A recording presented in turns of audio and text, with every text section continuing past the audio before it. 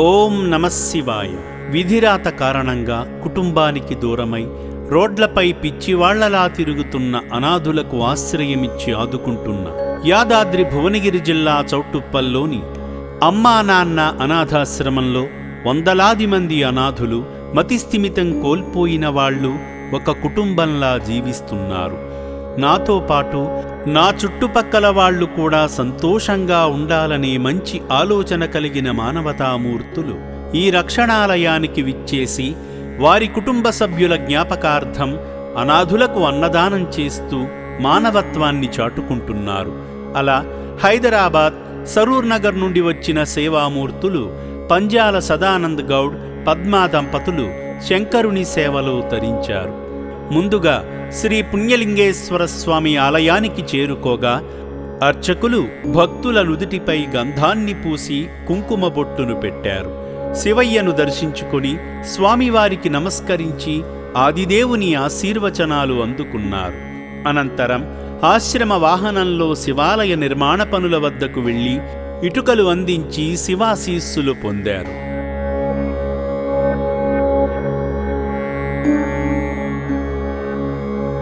పంజాల సదానందం గౌడ్ గారి తండ్రి గారు కీర్తిశేషులు పంజాల వీరయ్య గారి 8వ నెలమాసికం సందర్భంగా వారి చిత్రపటం వద్ద అర్చకులు ఆబ్దికం పూజలు నిర్వహించారు.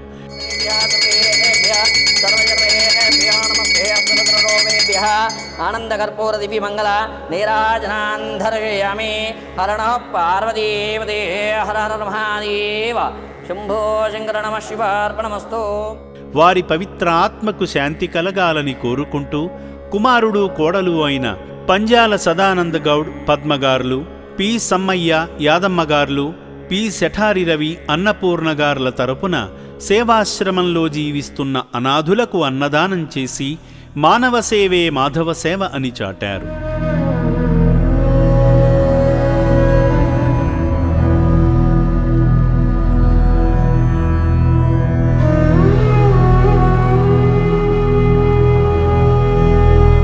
ఈ సందర్భంగా సదానంద్ గౌడ్ పద్మగార్లు అభాగ్యుల మనుగడ కోసం నిర్మిస్తున్న నూతన శివాలయ నిర్మాణ పనుల నిమిత్తం శక్తిమేర సాయం చేసి శంకరుని పరిపూర్ణ అనుగ్రహాన్ని పొందారు.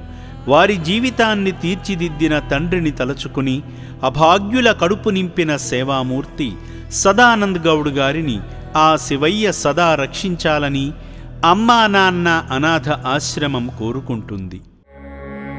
ఓం శ్రీ పుణ్యలింగేశ్వర స్వామినే నమః.